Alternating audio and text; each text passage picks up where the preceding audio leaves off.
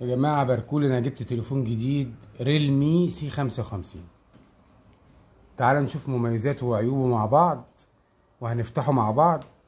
واي حد عنده تعليق ان التليفون ده وحش او ان هو كويس يبعتلي في الكومنتات.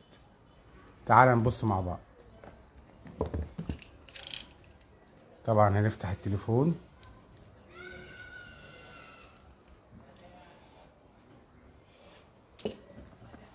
بسم الله الرحمن الرحيم.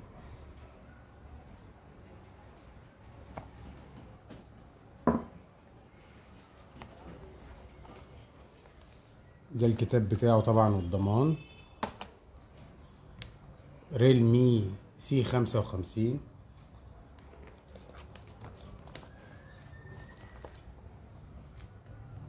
طبعا احنا مش هنشوف التليفون دلوقتي الا لما نشوف التليفون جاي معاه ايه. تعال نبص. طبعا الشاحن بتاعه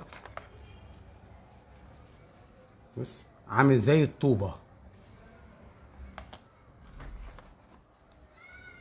معاه شاحن بس. ريلمي سي 55. رامات 8 جيجا ومساحة 256 جيجا بايت. بص عليه، لونه ابيض.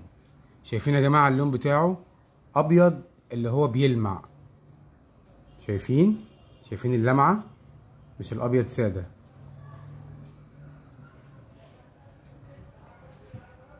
نشيل الاستيكر بتاعه بالراحة.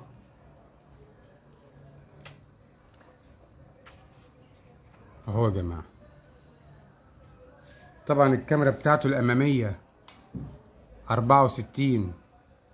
دي الخلفية 64 ميجا بكسل والامامية 8 ميجا بكسل. شايفين لونه عامل ازاي؟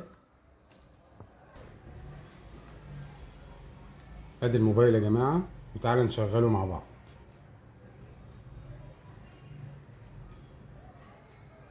بسم الله الرحمن الرحيم. ريلمي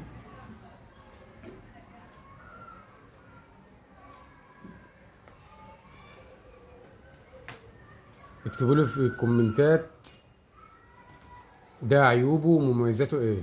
انا لسه جايبه جديد والله ما اعرف عنه اي حاجه. واللي جربه قبل كده ريلمي بالاصفر اهو، اللي جربه قبل كده يقول لي ايه رايه فيه. انا سمعت ان هو ضد الميه، هل الكلام ده صح ولا غلط؟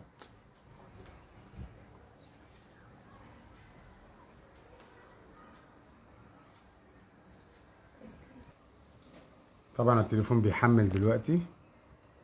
هندوس السهم ده بيدينا اللغه. طبعا هنشوف العربيه. ادي العربيه يا جماعه. ندوس التالي. المنطقه مصر طبعا. استمرار. معلومات القانونية.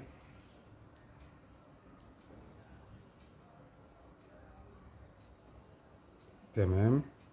دوس اختيار الكل. التالي.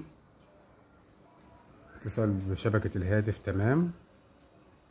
التالي. دي طبعا شبكات الواي فاي طبعا.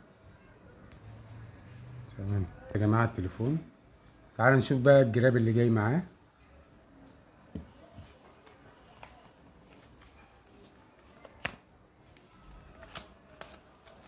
اهو. طبعا ده الضمان. ضمان ريلمي. والكتيب بتاعه. الجراب بتاعه شفاف. طبعا بيبين لون الموبايل. نجربه كده على الجراب. طبعا ما تنسوش تقولوا لي المميزات والعيوب بتاعته.